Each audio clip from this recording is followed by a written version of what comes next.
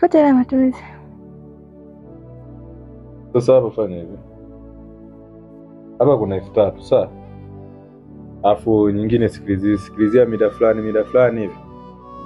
Naweza kuforce hapa tuangalie mazingira yanakaaje. 3000. Yeah. Unafanya nini 3000? Sasa akili.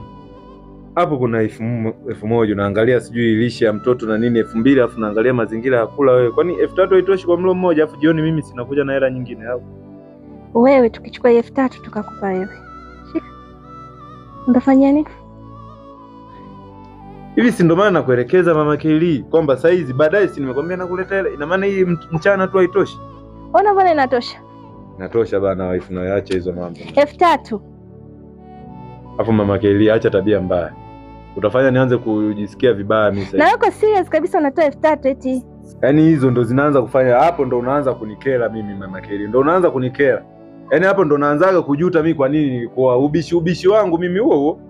Yaani ubishi wangu washikaji walishasema unatamaa una nini mimi mapenzi yangu ndo yakaniponza. Sasa saizi tamaa zako unaanza kuzionyesha wazi saizi.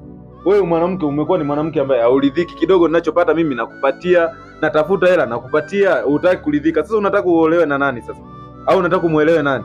Mama mimi sio tajiri, laiti ungekuwa unataka matajiri, ungedate nao hao, umekubaliana na mimi. Rizika na maisha yangu hiki ninachopata, rizika baadaye si kama kawaida nikikuahidi nakuletea kweli.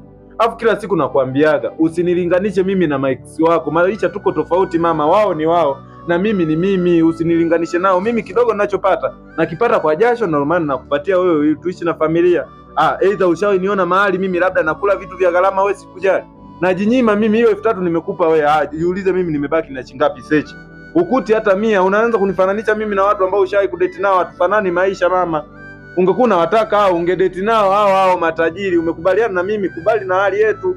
Lakini sasa hivi nimekuwa ni mtu ambaye unaonekana kama mimi sina akili, mimi sina pesa, sina nini, unanilaumu tu muda wote. Unazingua bana.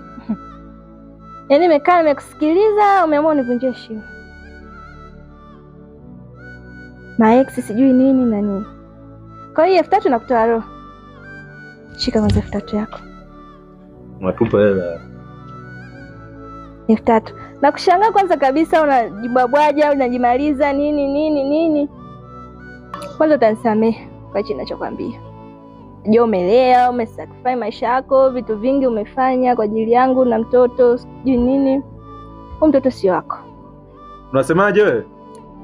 Huyu mtoto sio wako.